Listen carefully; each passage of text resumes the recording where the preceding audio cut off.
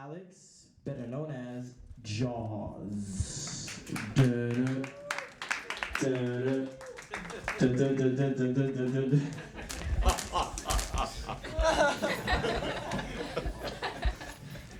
Alright, what's up, y'all? Good. Alright, so I'm Alexander Jaws Watford. Jaws is my initials, by the way. But, alright, so this poem is called A Letter to My Girlfriend's Mother. Yeah. Dear Mrs. Donna, you told your daughter that I wasn't right for her. Fine. I've taken that as a challenge, but you told your daughter to consider my white best friend instead of me because interracial relationships don't work out. Mrs. Donna, I shouldn't even have to write this letter in 2011, but your ignorance is just another drop in a river we've been trying to cross for years. You fall into the predominant belief that black male means a miserable medley of pathetic punks with sagging expectations and hungry outstretched palms. Mrs. Donna, sorry to ruin your first impressions, but I don't pull triggers to feel better. Even when I think about field Negroes getting hung to teach lessons, I write poems about protecting the ones I love.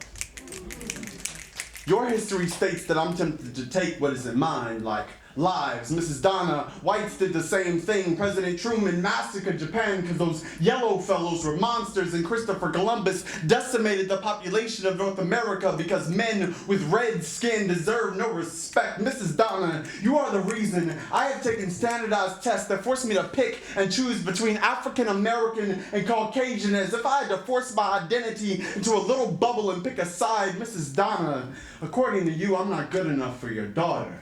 According to you, I'm the spitting image of cookie-cutter criminals on the news, and if I ever have any substance in my life, it'll be when my Above the Influence shirt has beer stains on it. It's because of people like you that car doors click in black neighborhoods. Your fear is almost funny.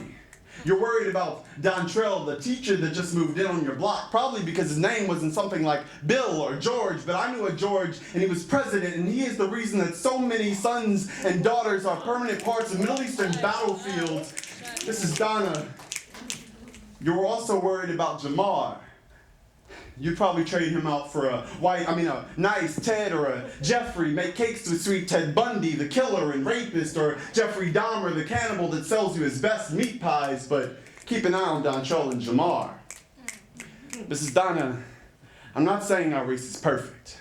Stereotypes are based in some truth. Much of my extended family abuses alcohol, and my uncle was shot and killed over marijuana. And there was a blank spot on my birth certificate where my father's name should be. I know firsthand that we've got work to do, but we are more than your exaggerations. According to you, I shouldn't be speaking my mind. I should keep these lips locked around beer bottles in between tasting blood-laced blunts, breathing in the poisonous plants people pay to die for. I've never smoked a day in my life, but I'm on the verge of lung cancer from inhaling secondhand ignorance from people like you, Mrs. Donna. I know it's only some of you with paler pigmentation who hold fast to these theories, but with all due respect, it's you who scares me.